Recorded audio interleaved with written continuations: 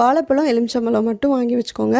இதெல்லாம் ஏப்ரல் 13ஆம் தேதி நைட்டே ரெடி பண்ணி வச்சுக்கோங்க. அப்போ தான் காலையில் எழுந்த உடனே பார்க்குறதுக்கு சரியாக இருக்கும்.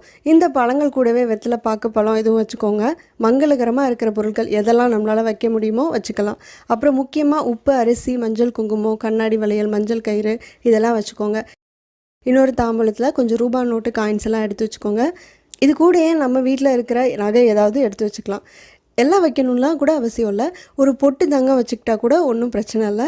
அப்புறம் ஒரு கண்ணாடி தேவைப்படும். நான் புதுசாக ஒரு கண்ணாடி வாங்கினேன். அதனால இது வழியாக எல்லாத்தையும் பார்க்க போகிறதால கண்ணாடிக்கு புது கண்ணாடின்றதால மஞ்சள், குங்குமம் வச்சுட்டேன். இப்போ நம்ம எடுத்து வச்ச எல்லா பொருளையும் பார்க்குறதுக்கு ஏற்ற மாதிரி கண்ணாடியை வச்சுருக்கேன். தமிழ் வருஷம் முதல் நாள் சித்திரை 1 அன்னைக்கு காலையில் எழுந்து வேறு எதையும் பார்க்குறதுக்கு முன்னாடி இதை பார்க்குற மாதிரி உங்கள் பக்கத்துலேயே வச்சுட்டு படுத்துக்கோங்க. குழந்தைங்கள நீங்களே கண்ணை மூடி கூட்டிகிட்டு வந்து கூட காலையில் எதையும் பார்க்குறதுக்கு முன்னாடி இந்த கண்ணாடியை பார்க்க வைக்கலாம்.